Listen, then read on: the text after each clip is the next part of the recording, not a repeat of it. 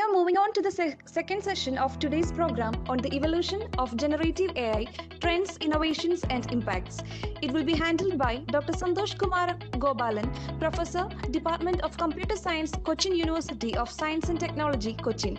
His research interest is in areas related to cyber-physical systems and computer vision. He is visiting scholar at Queen's University of Belfast, UK, and holder of international projects. He has several international publications and author of Springer Book of Data Science for Fake News Detection. He is a senior member of ACM and IEEE and a lifetime member of the Computer Society of India. On behalf of all the participants, we warmly welcome you to lead the session. Welcome, sir. Yeah, okay. Thank you, Anu, for that nice introduction. So we will be talking about evolution of generative AI. So I'll be going through the history of how basically the whole business of AI has reached to us, and what are the kind of trends that is there, and what kind of innovations we can build on the technology that is already available, and current status of our country and the way forward, and how this generative AI technology is going to impact. So all these things will be covered. So you are requested to ask questions as we go. You can maybe type in the chat box so that I can take up questions in between. So I will be checking whether or I will be asking the organizers if there are maybe some questions, so that I can take it and maybe try to answer if I can answer, or we will have some discussion on that and then we'll move forward. So that will be the mode of presentation. So let me go to the first slide. So history of AI, those who are familiar with this term artificial intelligence, people were trying to achieve the so-called intelligence in the machines. So it's in 1950s, a person called Alan Turing, who is depicted in the picture, you can see that. He asked a very genuine kind of a question: can machines think? Right. So the underlying principle of that question is whether a computer can be programmed in such a way that it answers intelligent questions that is suited to him. So from 1950 onwards, people were trying to answer this question, and there were many scientists, not just computer scientists, mathematicians, physicists people, a lot of other people were discussing this question. And in the seminal paper that Alan Turing has published, he actually wanted to devise a methodology whether a machine can think and how people can evaluate that, right? And that is a very famous test called the Turing test. So it was not actually, the name was not actually given by Alan Turing, but later people called that test as a Turing test. So I will just try to give you an idea of how this Turing test is actually being performed. You can see in the picture just this side, right? So these are just walls separating three entities. So one entity is a computer, second entity is a human being, And third entity is again a human being, but he is called as a judge. So we have three entities. One is a computer, another is a human being, and another is a human, again a human being, but he is the judge. So the uh, test goes like this. So the judge will ask some questions, okay, and the question, interestingly, it will be written and passed to the machine as well as the human being, right? And he will be expecting the answers uh, through this, right? Through the same window, he is trying to get the answers. Now, judge can ask anything, right? And he can check the answers. And whenever a point comes where he cannot distinguish, basically, whether the answer is coming from a human being or a machine, right? So judge doesn't know who is actually giving answers. He just passes the questions and he receives the answers, right? So at a point where judge is not able to distinguish, that means an answer which comes as if a human being is giving such kind of answers. So at that point of time, maybe we can tell that machine is intelligent, right? So this is basically a test which was there for a long time, and we were not unable to maybe pass the test. But recently, with a lot of developments in AI, we can fairly say that uh, machines are able to answer questions, or we can say that it pass during test. And there are a lot of other kind of tests like Chinese room test as well, and a lot of other intelligent kind of tests. And most of the tests uh, at a certain level of accuracy, computers are now able to win those type of tests, right? Now, in 1956, a lot of people assembled in a conference which we call as Dartmouth Conference in US, and these people were actually maybe uh, started discussion on how to move forward, right? The development of artificial intelligence. So I will just give you a clear concept of those days. Artificial intelligence uh, developed in such a way that there are lot of rules are written, and these rules are followed by the computer, right? And we were not able to write huge lines of code with all these kind of rules. Those who have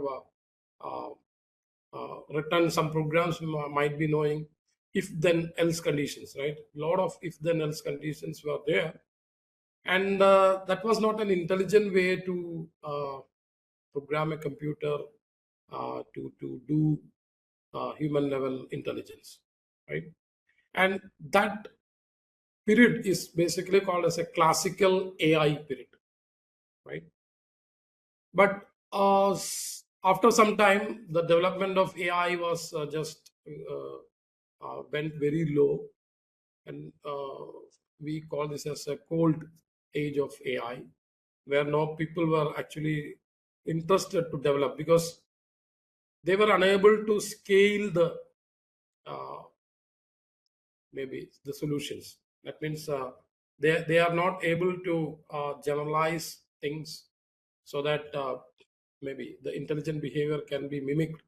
So it was a particular for particular kind of a solutions AI was developed. One of the example could be uh, maybe inspecting.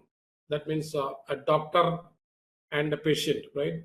So patient is telling some maybe problems with him, and doctor is asking a lot of questions, right? So this question and answer kind of session progress, and finally doctor says that this is you are affected with such kind of a disease. So such kind of systems were actually developed that time. But as I told you, it was we were not able to scale that system, right? So these were the persons who actually contributed a lot by identifying many topics and ideas. You see that this happens in 1956, right? And most of the things that you see in the slide are still people are exploring, right? So, for example, you can see the this side machine learning, right? So, machine learning basically they have devised into supervised, unsupervised, and reinforcement kind of learning. And another part is the knowledge representations, how we can represent knowledge, right? Um, so those days, basically, people were trying to represent the knowledge using logical representations, semantic networks, and ontologies, etc. Right? And as I told you, the development algorithms are basically related to rule-based systems. That means if then else conditions, and then search algorithms. So there is a state space of solutions available, and the algorithm is trying to search a suitable kind of solution for that. For example, the chess board game, right? Chess game, right? Chess game is basically having a lot of configurations, right? You know the board size 8 by 8, 64 uh, uh, places where we can place coins and we can start playing. So once you start moving a coin, right? Then you have a lot of possibilities. So these possibilities are basically space, right? So is it possible to foresee, right? Some 10 after 10 steps, what will happen, right? If I move this coin after 10 steps, what will happen, right? So all these are called state space. So the chess game basically tries to search for the state space where the computer can get a win, right? So this is one example of search algorithms which will be utilized for developing intelligence into the machine. Then a lot of optimization techniques. All the maybe many problems we say nowadays are optimization problems. We wanted to get a solution, but we are not interested in exact solutions, but a kind of an optimized solution. So these kind of problems. And another area is natural language processing, right? How maybe human beings are communicating using natural languages, right? So what is the grammar, what is the syntax and semantics of this, and how we can incorporate that inside a machine. And again, robotics and perception, computer vision, sensor systems, monitor control, etc., are coming under that. So these were the ideas actually these people discussed, and they wanted to develop the computer so that it becomes intelligent, right? So you can see that maybe I cut short the history. Starting from 1956, the Dartmouth Conference, to the deep learning revolution, right? So it started with 1959. You have the checkers program. That means the Arthur Samuel has written a checker program where computer can win. Sometimes computer can win with a human being, right? Then later, people developed, especially John McCarthy developed the LISP program, where it is being used to include AI in machines. So LISP was a program where people were using to induce intelligence inside the computer. Then came expert systems. MySyn is an example of a expert system where I just depicted that doctor and the patient are communicating each other, and finally the machine is trying to say, okay, this is the disease, right? So that kind of systems were developed in 1980s, and after that, actually, the cold period of AI came, and nobody was interested because of scaling. That means you need a huge processing power, right? Huge memory. Those things were not available at that time, so people got disinterested in developing AI. And after 2000s, I mean exactly 2012, basically people came up with uh, a data set called ImageNet, and that ImageNet is a huge collection of images that is already available on the web. So that was curated, and people were trying to give an image as an input and try to identify what is that image, right? And one uh, system that has been developed is called AlexNet. And AlexNet in 2012 actually were able to process all these huge set of images, and a kind of a computer vision kind of a program was developed, and that was the birth of क्या maybe new. एक link आया होगा Hello,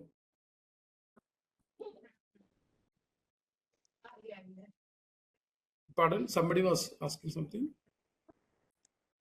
Okay, so that was the actual birth of deep learning revolution.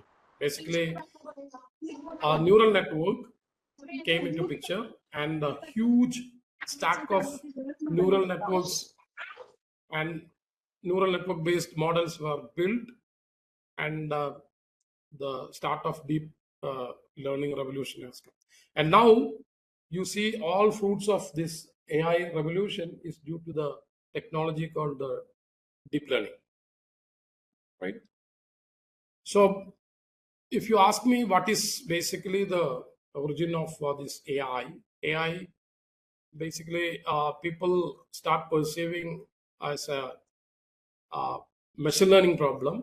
So machine learning is a subset of AI, and this machine learning consists of broadly three kinds of ways in which we can program the machine. So one is called supervised learning, where you have a huge data set with labels, right? And now you teach the machine, or we call it as train the machine so that the machine understands uh, the input based on the label, right? So for example, you have a lot of pictures of cats and dogs, right, which are labeled. That means if the image is a cat image, you say that this image is a cat's image, so label is cat, right? And dog's image, you say that it's a dog, right? Now you teach the machine by showing all these cats and dogs. Machine tries to learn something from that. Basically you say that some kind of distinguishing feature from these images, how a dog will look like and how a cat will look like, right, from these images. And then now you show the machine a new image, right, of a cat which machine has not already seen. So this is the interesting stuff, right? So all the huge data set is given, all the cats and dogs images are there. Now the machine has been trained using the labels and all, and machine tries to understand the features from that, and it now learn how to distinguish between cat and dog. Right now, you give a new image of a cat and ask the machine whether it is a cat or dog. So it will say it is a cat because it has already learned all the kind of features that is there in the cats or dogs image, right? So that is basically called a supervised learning, and you have a classification problem as well as a regression problem in the supervised learning context, right? A regression problem is basically a computer is similarly taught, right, with huge number of data and labels, and now it wanted to output a number, a real number, right? So if a machine model outputs a real number as output, the problem is basically a regression problem, right? So for example, suppose you are in a city, right? You wanted to buy a house, right? Now the city has lot of varieties of houses with lot of features, right? So what are the features of a house? Basically, whether what is the square feet area available, right? Whether it is a one-storied or two-storied house, right? What are the premises, maybe? What kind of whether temple or hospitals are available near to that house? All this comes as a feature of that, right? Now the whole uh, houses data you have collected, right? And now you wanted to predict what is the budget for that, right? So the budget is basically comes as a real number, right? So 15 lakhs or 30 lakhs or 1 crore, right? So those are actually kind of a regression problem. So now you have you specify your requirement, and the machine will predict what is the kind of price that you have to give in order to buy a house in the city, right? So it's an example of a regression problem, right? So another thing is basically you have an unsupervised learning where you do not have the labels, right? You have only data with you. For example, a CT scan from a hospital, right? So if it is labeled, means somebody, a radiologist has to sit and mark. Suppose there is a cancer growth in some area, he has to mark it, right? If it is marked, then you call it as a labeled one. But many a times we do not have much radiologists, and lot of images are produced by hospitals, and you do not have time to label. Then you go for unsupervised learning, where machine will be automatically trying to learn the features from it, and then it will be used for decision making, right? Another area is I request to mute. Hello?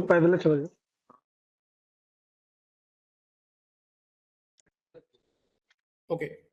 Another area is reinforcement learning, where maybe a small child learns to walk, for example, right?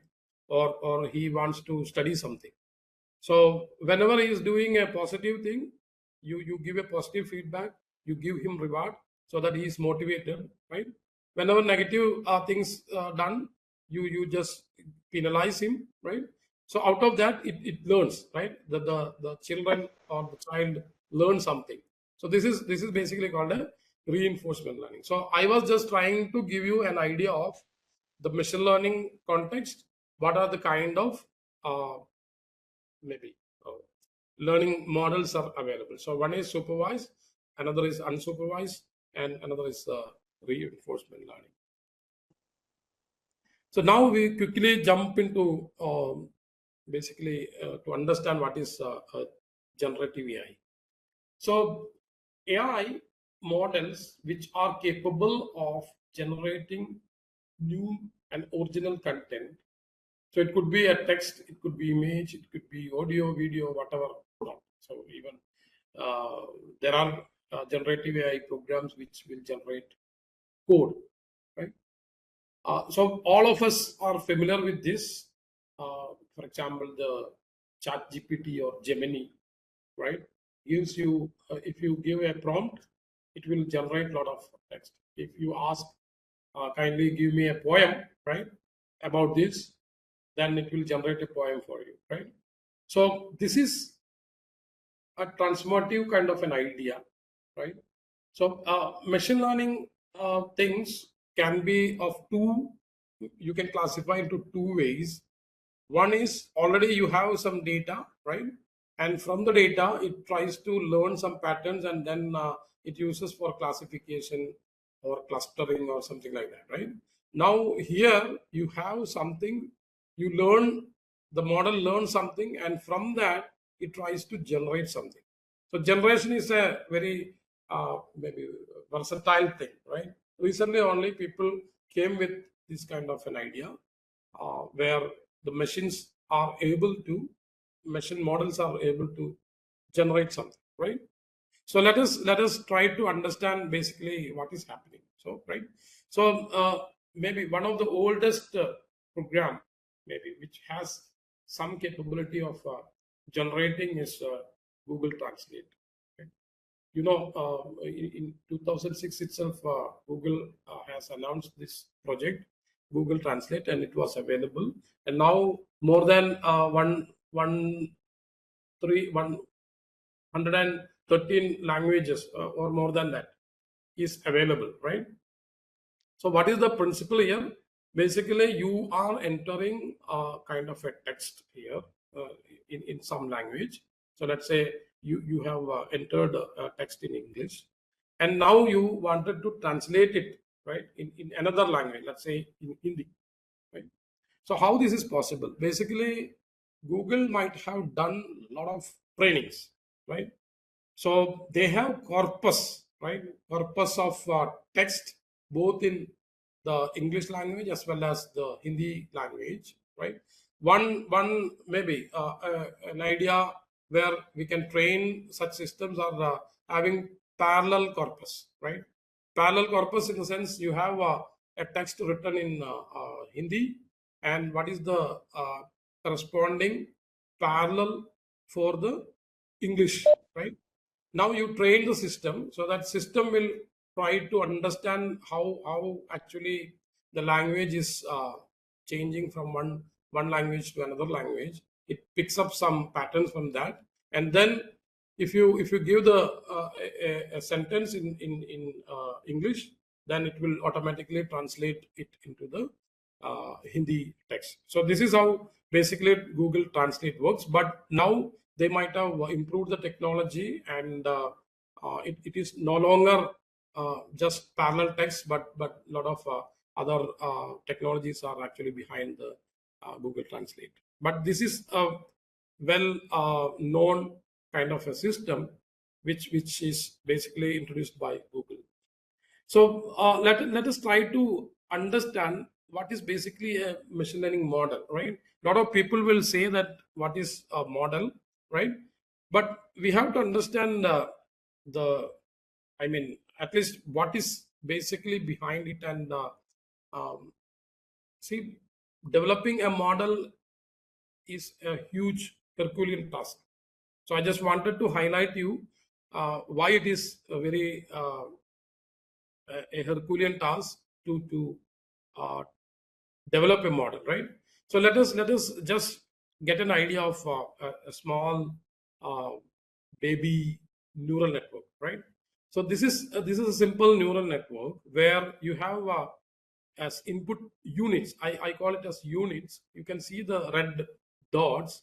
They are input units. So we have 3 units here, right? And some connections are going to the next layer. So this is basically the green ones are we call it as a hidden layer, right? And you have a blue units. We have output. So these are 2 output units. So this is a typical architecture of any neural network, right? So now you can see the connections as well, right? Now let's try to understand how many parameters are there in the neural network, right? Then you can appreciate what I'm trying to talk about, what is the complexity of this neural network, etc., right? So with a simple example, so let us compute the number of parameters which this neural network actually been using, right? So so this is basically connections between the layers plus the bias in every layer, right? So let us say, so these uh, units are basically biased. That means there is one bias connection per these hidden layers and in between. So let's see, there are 3 units, right? 3 units, and you can see that it goes to the all the 5 units, right? So this one unit has 5 links. You can see that, right? So this is a fully connected kind of a neural network. That means from here it goes to all the units. It need not be fully connected, but it's a now in the picture you have a fully connected neural network. So 3 multiplied by 5. So we are trying to compute the connections between layers, right? So 3 multiplied by 5. Then from here, you see there are 2 units, I mean 2 links going to the output unit. Can you see that? 2 units, right? 2 links. So 2 links per 5 units. So 5 multiplied by 2. Then you have bias here and bias here. So bias here, right? So 5 plus 2, right? Output unit bias we are not maybe taking, or maybe input bias we are not taking. So this 5 plus 2. So 3 multiplied by 5. So 3 multiplied by 5 plus 5 multiplied by 2 plus 5 plus 2. So this is 32. So number of parameters for this neural network is 32, right? Now you see a real, that was a baby small neural network. A huge neural network like ChatGPT that you are familiar with. You can see the table here, and the last line of that table.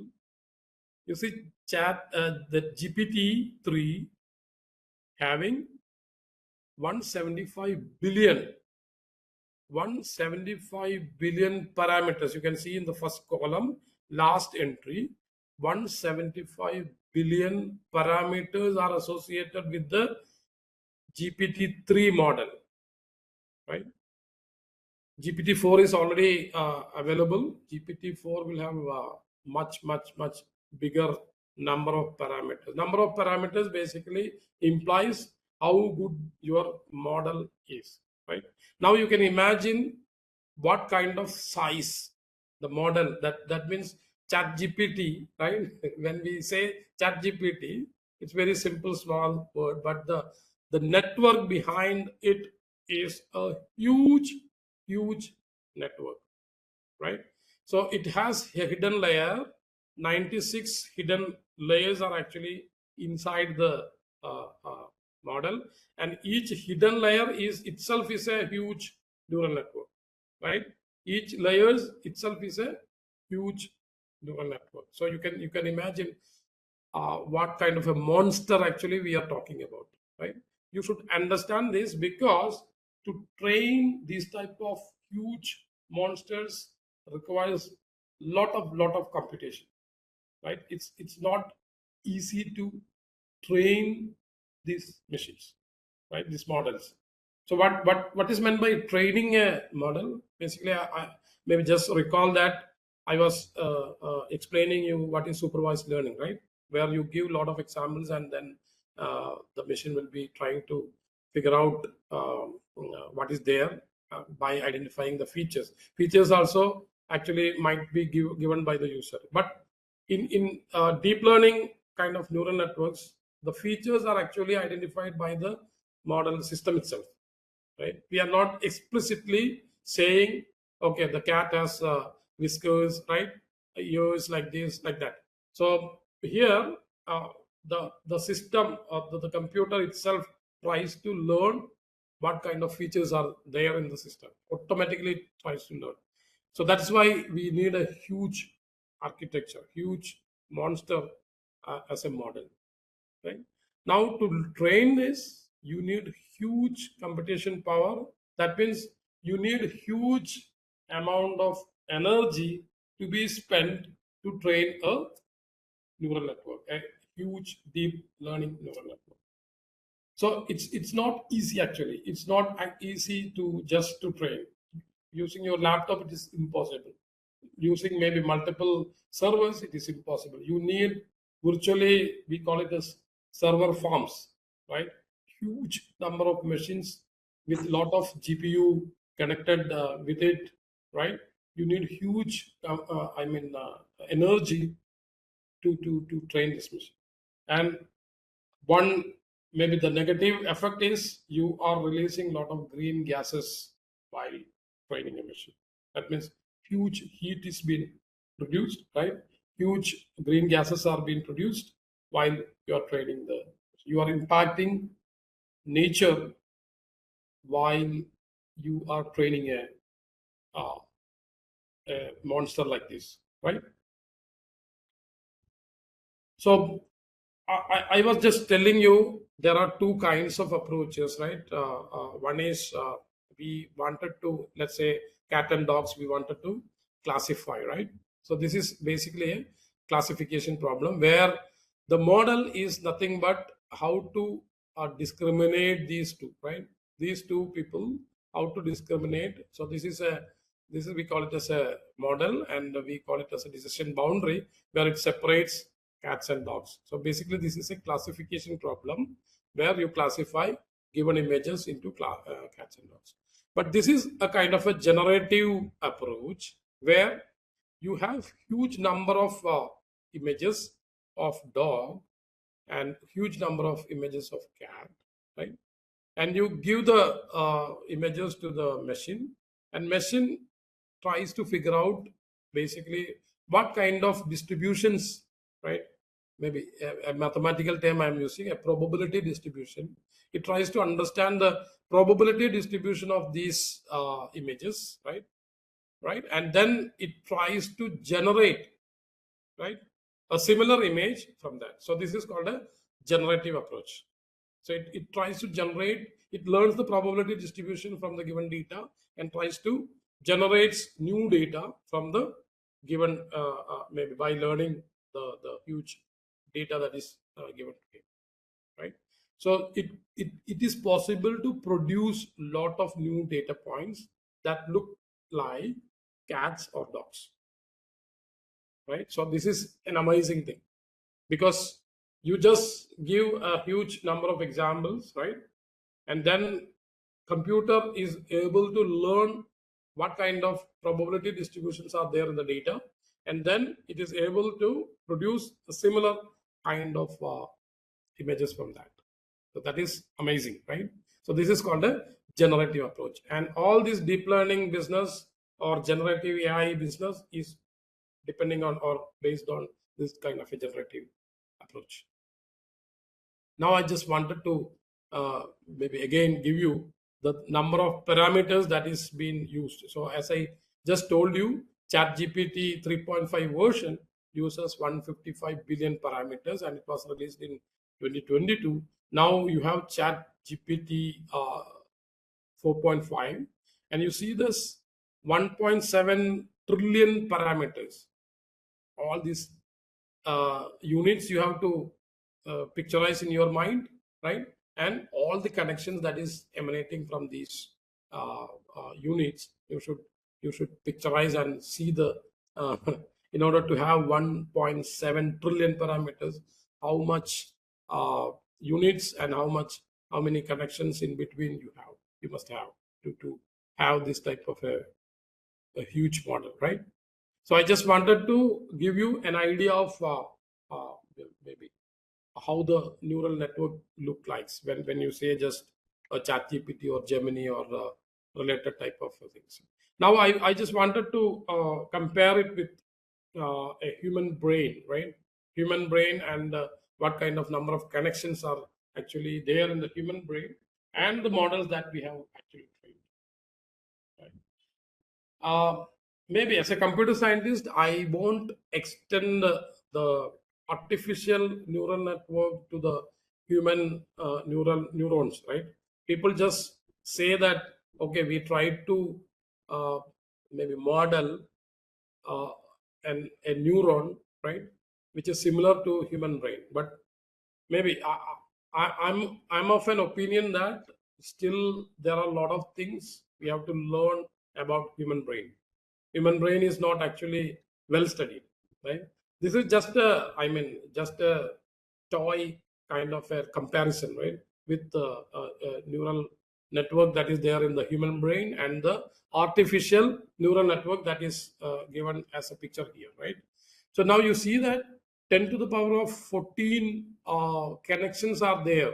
It is maybe the scientists, biologists are saying that 10 to the power of 14 connections, right? Human brain connections are there, and around 10 to the power of 11 neurons are there in a human brain, right?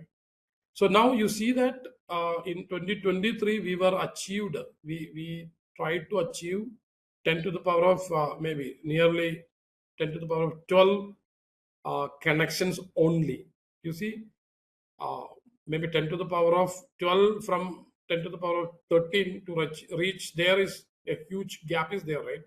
You cannot just add one more neuron and you can add, maybe don't think that you can achieve there by just adding some few number of neurons, right?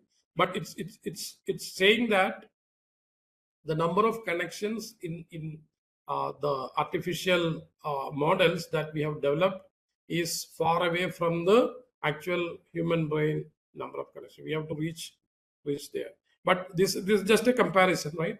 But okay, now we have types of generative model. Just to understand, because later point of lecture, I'll be trying to give you an idea of uh, under generative AI where we can actually venture, right? What kind of things we can do using generative AI. So in that case, we should understand what type of generative models are there in the market. I mean, already people have developed. So there are four types of generative AI models. So one is basically called a transformer-based models. Transformer-based models. Another is called GANs, which is generative adversarial network. And another variety is called variational autoencoders. And the last thing, maybe people are trying to achieve this multimodal models, right? Multimodal models, right? So all this ChatGPT business or generative AI all are based on transformer based models where you have text and you generate text, right? And generative adversarial networks are very clever in generating images, right? So images are generated through GANs. Basically, I will discuss how the images are being actually generated. And variational encoders are similar to this text-based things. So even images you can generate from there. This multimodal models are very interesting things where you have maybe in this transformer models you have text as an input, right?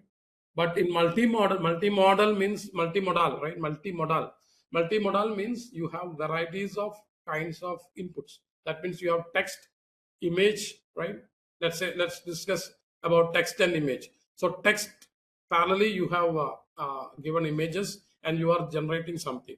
Maybe you are generating a story given an image, right?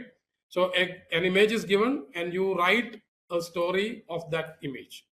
So in that case, you need two varieties of inputs where one variety is maybe you have to generate text as well as uh, the image you have to generate, right? So people are now trying to incorporate multi uh, inputs to the model and to generate varieties of stuff.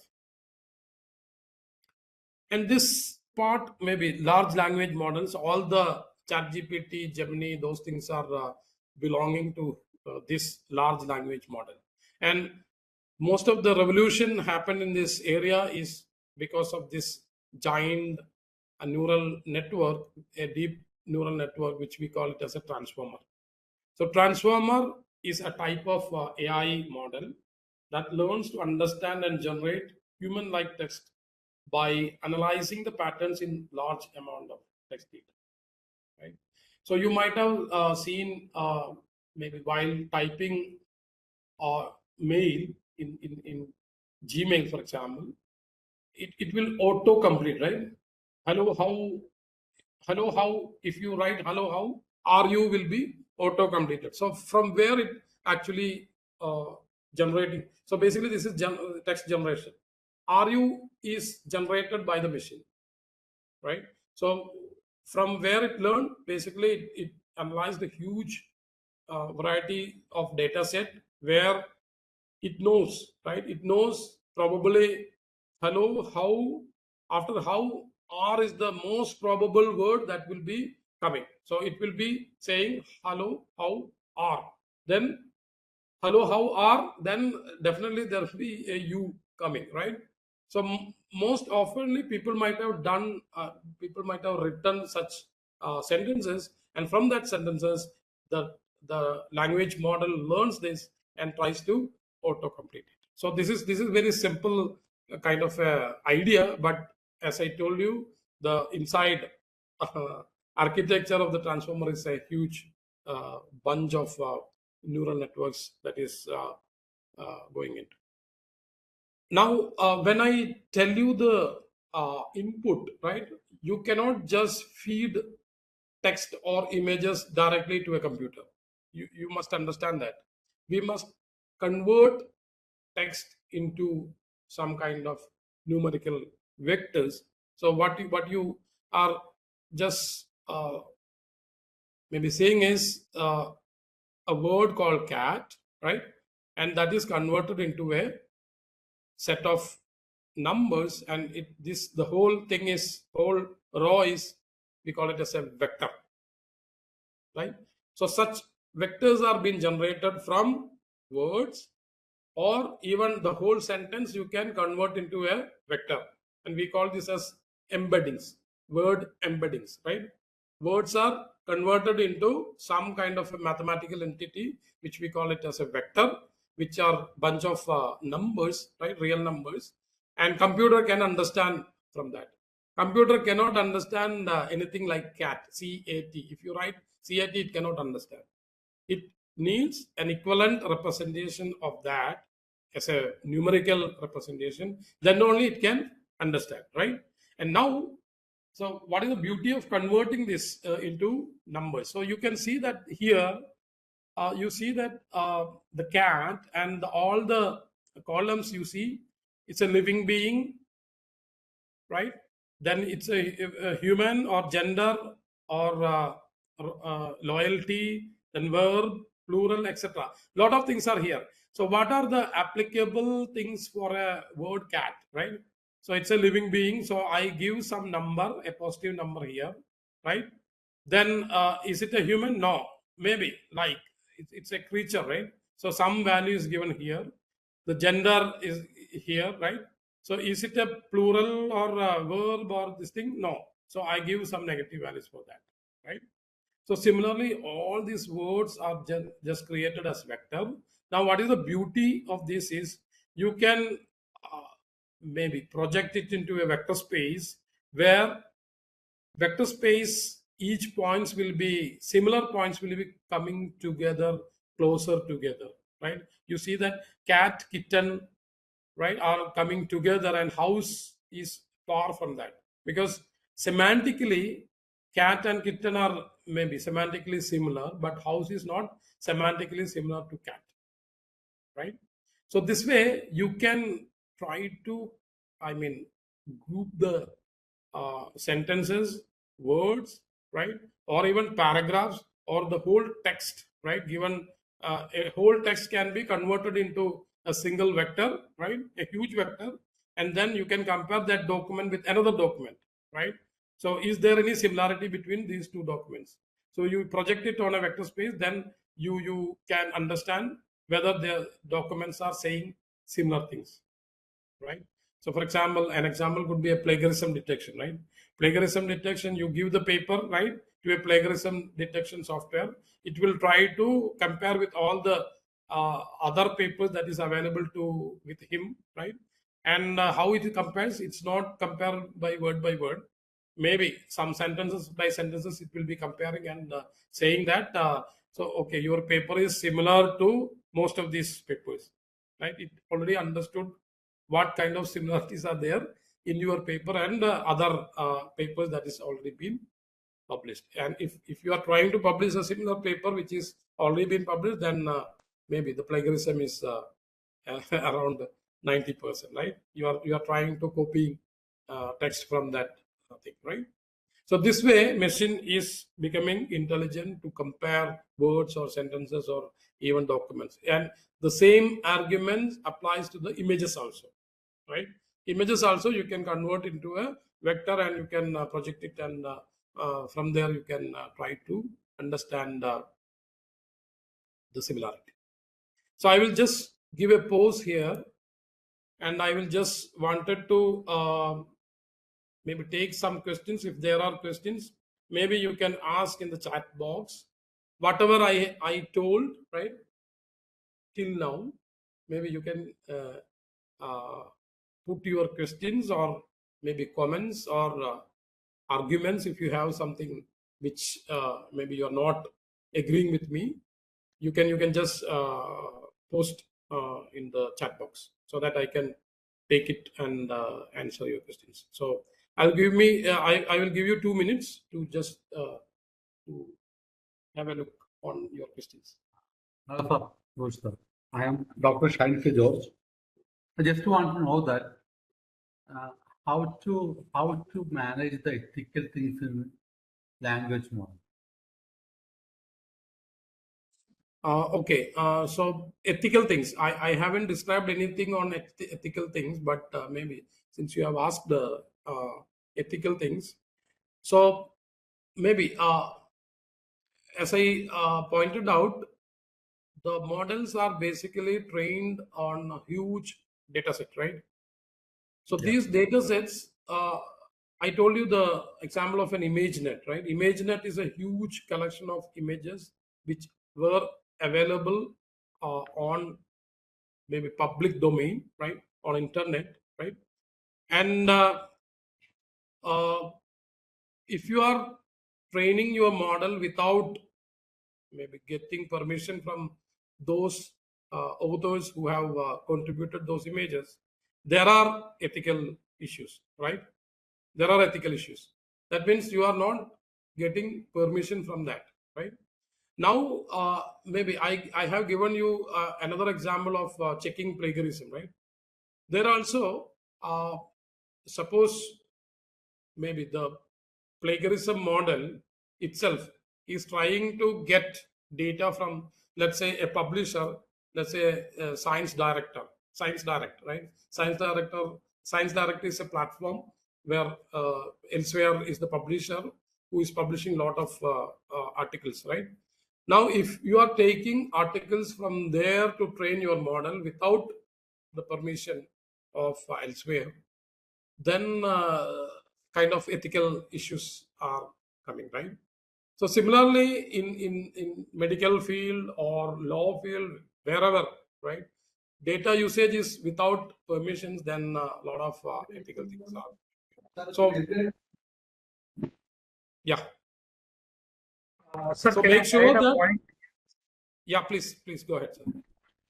Sir, it's a typical issue of a copyright infringement. And Yeah, recently, Arjit Singh, uh, Miss Singh like Arjit Singh kind of AI tool has been created, and Bombay High Court came heavily upon that, and they stopped AI developer from further using it. Similarly, correct. ANI versus so now these are one of the central issue in AI development. They need a data set, and data set is available, which is most of them is a copyright. So Yes. now it's a question before all country whether you permit this kind of data set uses that Yeah. will be needed for the AI development. So whether you go for a development or regulation, that's a choice before all countries. Yes, yes, sir. Yes, sir. You are very correct. But now people try to maybe overcome this issue by generating a lot of content, right? Now, machine learn. I mean, you have generative AI, and generative AI can generate a lot of text. Maybe it might have used a lot of data previously, right? Already existing data.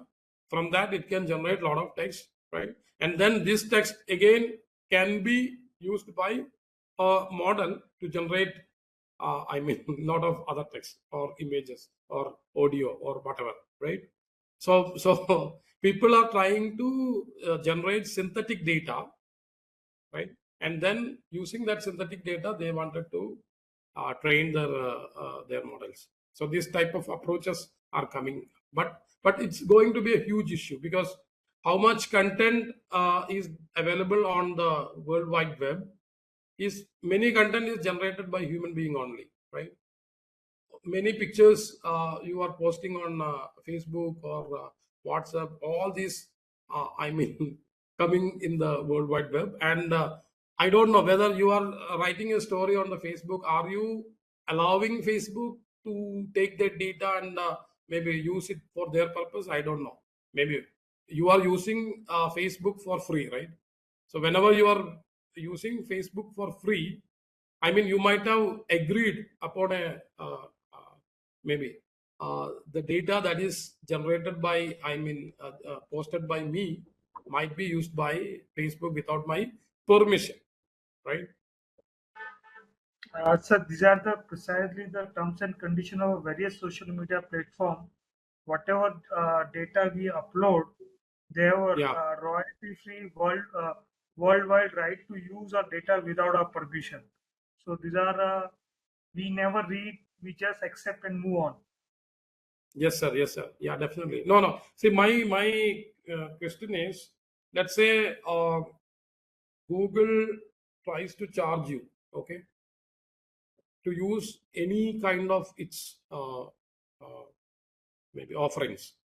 Facebook is going to charge you for any kind of service that it is providing. Amazon is going to charge you, right? So what will happen basically? Maybe the contribution of people from varieties of places will be going low, because so that's why maybe this internet, the business of internet as a whole has evolved by giving something for free. And Google actually knows, maybe Google started their business in 1995, right?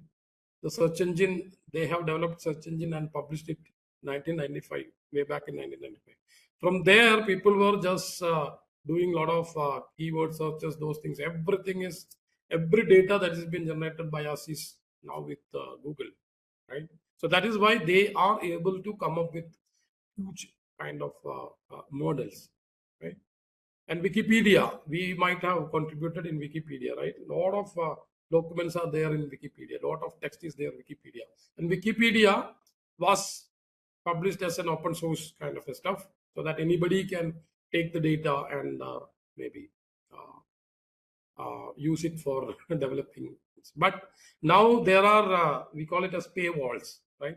Even the news publishers, right? They put a paywall for these type of models. If the model comes and asks data, you pay the fee and then you take the data, right? So such kind of models are actually evolving. Yeah, Dr. Shine, is there any other questions? I cannot Sir, see there the is a chat question box in here. chat box. Sir, there is a Where question is, asked by Ramya R. Menon. It says, voice also learned by machine. Does it has a name? pardon me, voice? Voice is also learned by machine. Does it has a name? It is asked by Ramya R. Menon. Yeah, yeah, definitely. Voice, audio is also maybe like text. Like text, you can give lot of audio clippings to the model, and you can try to generate equivalent kind of. I mean, Anu, you can mute because echoing. Yeah. So yes, yes, audio. Maybe in the later slides, I will try to explain that.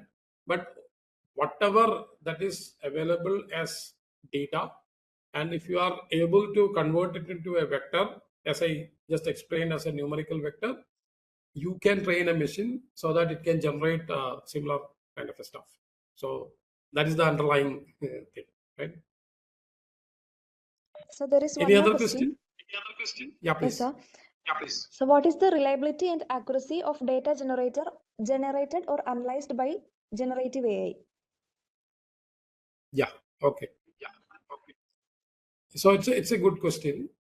Basically, you have seen the evolution of ChatGPT, right? ChatGPT 1, 2, 2.5, 3, 3.5. Now it is 4.5, right? What people were trying to do is actually they are trying to create, generate text which are accurate, right? So this accuracy is actually related to the content that is being given to the uh, ChatGPT prompt, right? So what kind of questions that you are prompting? It's called prompt, right? If you have right prompt, right, and the model might have seen a lot of data related to your prompt, right? And the answer generated by the prompt will be accurate.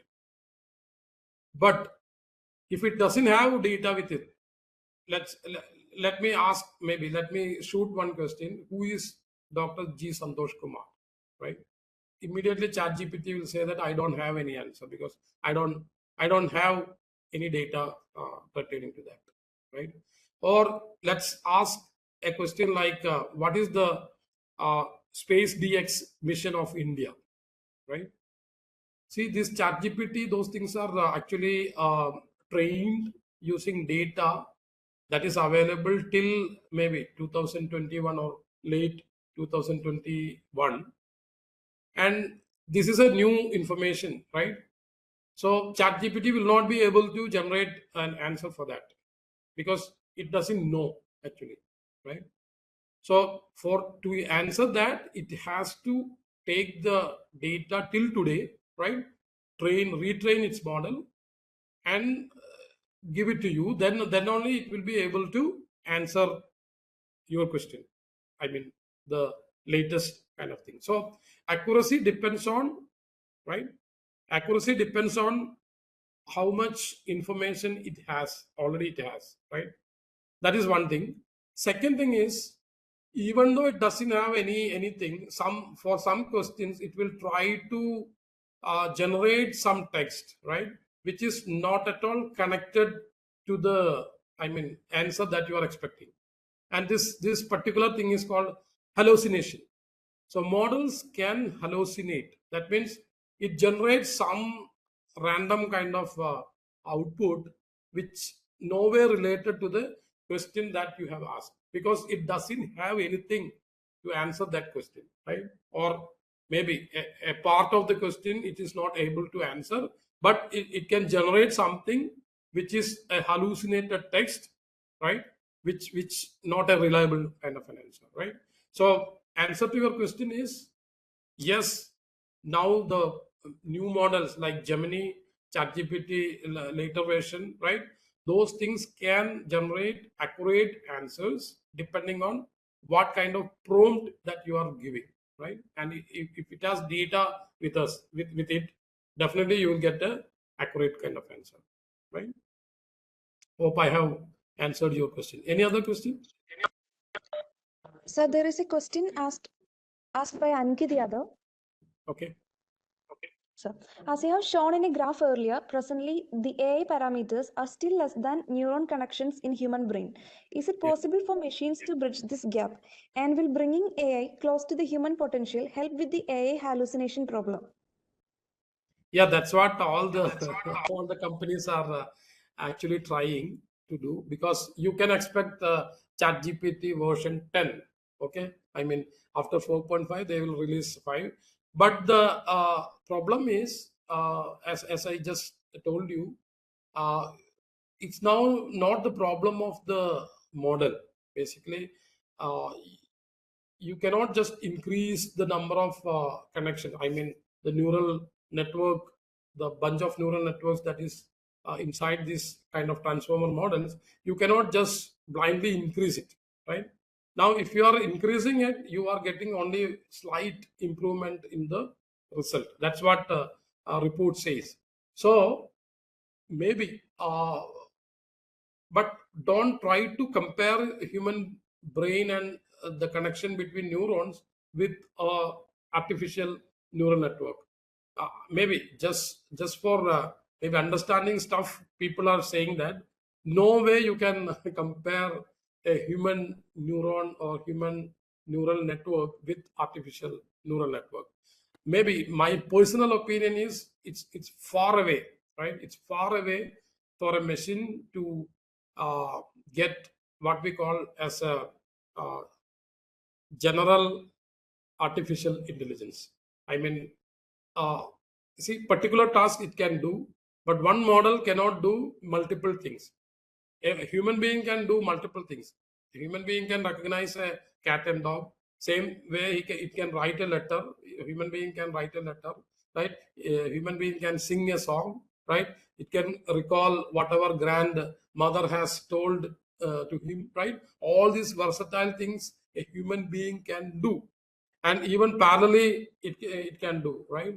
Maybe in the morning, if you go to the kitchen, you can see that your wife or your spouse or maybe grand mother or father is doing, right? Lot of varieties of things, multitasking things will be happening in the kitchen, right? So all these things are because human brain is trained or maybe learn something to generalize things, right? But uh, maybe in my opinion, whatever artificial intelligence that we are looking at now or we are experiencing now is what we call as a weak AI, weak artificial intelligence. That means models can do versatile things, but concentrating on one thing, right? So if it can generate text, it can generate text only, right? If it can classify, it can classify. If it can identify a disease, it can do that only, right? So when a machine maybe gains such a potential of generalizing things, definitely maybe it can reach the level of human brain, but the way in which it behaves will be totally different, right? So current neural networks or current kind of models, with these models, you cannot achieve general artificial intelligence. So that is my answer for that question. So don't worry, human machines will not replace human beings. No. Sir, there is one more question asked by Shank Chobe. Yeah. Sir, are there techniques other than NN or ANN used for generative AI? Yeah, definitely. There are few models that is coming up, which we call as a diffusion models. Now people are trying to generate images, right, using diffusive models, and there are varieties of other new models are coming up. Maybe people are investing on it. One is called a spiking neural network model, uh, which is maybe comparatively different from all the kind of neural networks that we have seen. So there are models which are coming up. People are experimenting with these things. Success, maybe some models have shown success as well. Yeah, we need actually a transformative change in the thinking and devising new type of models. Yeah. Sir, I have one more question. I'm shy. Yeah, please. Yeah. My question is, see, if you have a property, uh, Mhm. how to ensure that it's transparent? I mean, we should have something just like I have a property in Cochin, or I have a property in Bangalore. How to make it? I mean, ourselves. I mean, lot of corruptions are going there. No, no, So uh, how maybe. can make it? Mm. No, Shine, could you just explain? I couldn't get. You have properties here and there, okay? What do you Okay. mean by make it transparent? Transfer means Transparent from whom? there's office. We have a lot of problems there. Could you There is repeat? office. There is office. We have a lot of problems there. Problems like what? I mean, we need to register the Aadhaar. Uh, Okay. then, but it's not too much transparent. Is there anything we can do with generative AI? Maybe I'm very sorry. I'm too old to understand your question. Uh, could you just give me a use case of what you are saying? Yeah, I just registered a document in Okay. Bangalore. Okay. And next level we have to register for another to register office and everything. But there is no transparency there. Transparency in the sense who is blocking you from transparency? I mean the government and the people there. people in the office. Okay. How can we make it more transparent?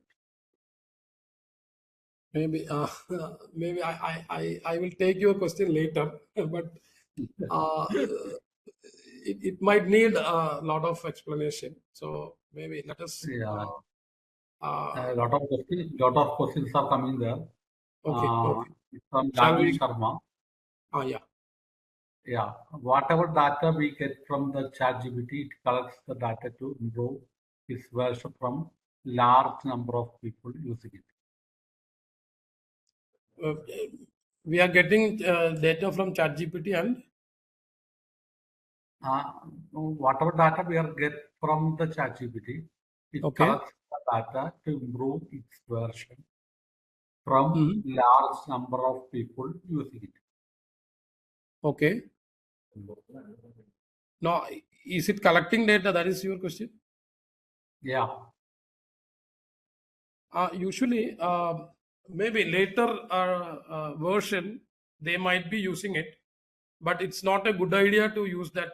I mean, already generated data, right? Because it has the knowledge, right? It has the knowledge to generate uh, maybe the uh, prompts that you have given, and it has generated something. It already has that knowledge, so there is no need to again loop it back that data and train the machine. No, I don't think that data will be useful, but definitely they can use it, but it need not be a useful data. That's my question. That's my answer. okay. Another question is, see, how can you avoid financial frauds related to bank? Okay. Uh, Hmm? Maybe you need We, an we AI are service. signing we are signing it in a checkbook. Uh, Okay. Maybe the signs are different. Okay. I Okay. mean, in the primitive age, we have a sign. After that, we may change the sign. Maybe because Okay. of our disabilities, we may have a different sign. Okay. Yeah. So, do you have any solution for that, or it's a problem? Yeah, maybe AI can. I mean, if you have the data of your signature, how it evolved, right? Maybe all of us might have signed a document during our 10th standard, right? And Yeah, yeah, normally in the older ages, uh, people yeah, yeah, think to have a joint account. correct. No. What I'm saying is, From that. if you have the data, right, of your signature and evolution of your signature style, right? Mm. Definitely, AI models can capture that style, and even it can understand whose signature is that, right? If you are giving a labeled kind of data, it can understand how the signature is actually evolved, and it can understand whose signature is that, right? And even if you change the signature a little bit, it can understand, okay, this is the person who is signing actually. Yes, Yeah, you can train a mm, model, yeah, but the availability of data will be a huge I mean block for this type of a problem. mm. Definitely you can Thank do you, that. sir. Thank you, sir. Yeah, any other questions?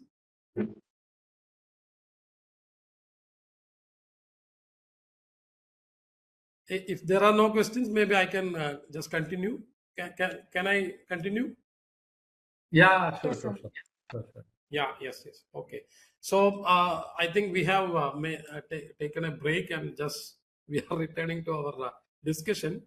Uh, so technical details, I think we will be just, I mean, mentioning it and just going because I have to come to the stage where maybe a lot of AI models and how we can get into this AI type of business and what kind of opportunities are there. So I just wanted to explain that, right? So I will just skip this the how LLM is actually working. Maybe it's a too technical content though, so I will not. So this was the example that I was just mentioning. So how LLM is actually trying to learn something, right? You can see one approach is basically you have a sentence here, say the sun is shining. Then you mask that sentence. I mean that word here today, right? The sun is shining something and today. So the machine has to learn something to fill that gap, right? So, so the machines are actually trained to understand the sentence and what kind of word will be replaced, right? What it can be replaced. So most of the sentences it might have seen will contain something like this: the sun is shining brightly, right, today. So so you are training a model, just masking some words in between, and you are trying to generate that, right? So this is how basically the generation stuff actually done by the machine, right? This is one of the approach, right? There are a lot of other approaches, and you see the number of words processed by LLMs during their training. You see that all human written text is here. It is already approaching that, right? Chat GPT 4 is actually approaching to the all human written text. Maybe the all human written text is not available in the digital format. That is why it's not able to get it, right? Once all everything is digitized, this model will be taking all the human written text, and it will be uh, maybe using it for training. You see English Wikipedia is already done, right? It is here 10 to the power of maybe somewhere near to 10 to the power of 10, right? All the words heard or read by human, right, in their lifetime is already surpassed, right? That means machine model has read all the books, right, of that human being read already, right? So it is approaching, and so all the LLMs are ready to process whatever questions that you are prompting, right?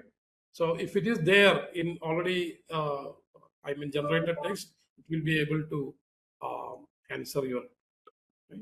Now this is GANs basically. So what we have already seen was how the text is being generated. Now how the images are being generated by the generative model. This is GANs basically. This is a versatile model where there are two stuff here, two huge neural networks. One is called generator and another is called discriminator, right?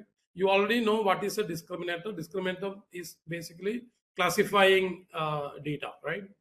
It says whether yes or no, right? And generator is just generating a, in this case, generating a picture from the noise data, right? So now let's understand how GAN is basically trying to generate something similar to an image, which is actually machine generated image, and from the huge images that is being given to him. Let's say all the paintings done by Da Vinci, right? All the paintings done by the Da Vinci is given as input, right?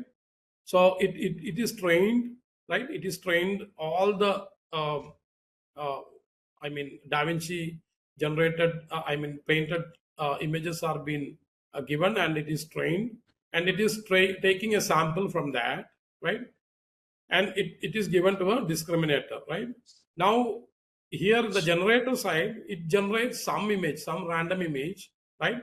And it gives to the discriminator, and discriminator says whether it is equal to that, right? So definitely in the first stage it will say no, right? But at the same time it learns something, the discriminator learns something, and the learned thing will be given to the generator.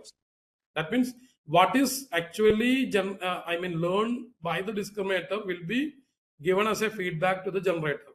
So next time generator knows actually some clues of the images that is coming from this side, right? So when it cycles again and again and again, and it will reach at a point that discriminator will not be able to understand whether the given image is actually generated by the machine or it is coming from the already having training set. So it reaches a point where whether the generated picture is, the discriminator is unable to, that means discriminator is fooled by the generator, right? So at that point, we can say that machine has actually learned how to generate an image which look like the Da Vinci painted images. So this is the, crude idea behind generative adversarial networks. You can see the word meaning adversarial. That means maybe one police and one thief, right? Police tries to catch the thief, but thief tries to fool the police, right? So this kind of an competition happens in between, and finally, maybe a thief is generating a fake note, right? And the police is not able to identify whether it is a fake note or not, right? Okay, now let us go forward. How we can utilize all this generative AI stuff for our, starting an entrepreneurship, starting a startup, right? Or doing some research on that. So as you know, whenever technology comes, Gartner publishes data based on the technology. So now the technology that we are talking about is generative AI, right? And you can see the curve. The curve is something like it starts from this side. So innovation trigger, and lot of technologies are being talked by people and tried by people, and it reaches at this peak, right? At this peak, and then it tries to come down from this peak, right? And then it goes to a plateau kind of a thing. So here, whatever technology that is matured will come to this. So now the hype of this peak is basically called as the hype cycle. So hype cycle of generative AI is already over, right? Now people talk about how to maybe utilize, right? How to leverage these ideas. Maybe impossible ideas already might have gone right with the hype cycle, right? And those ideas which have some promise will be coming to this side. And here you can see that how much time it will take in order to pursue these ideas. So you can see some blue dots, some white dot and black dot here in this side, right? So here you see that less than 2 years. So the white dotted things, right, will have less than 2 years. We will be able to mature that idea, right? And blue dots, basically you have 2 to 5 years to mature, and the black dot, it has 5 to 10 years to get matured, right? So we can think based on these technologies, and let's see how these technologies are taken by the giants, so that we can try something from that idea. So I will discuss in detail, and let me tell you where India is actually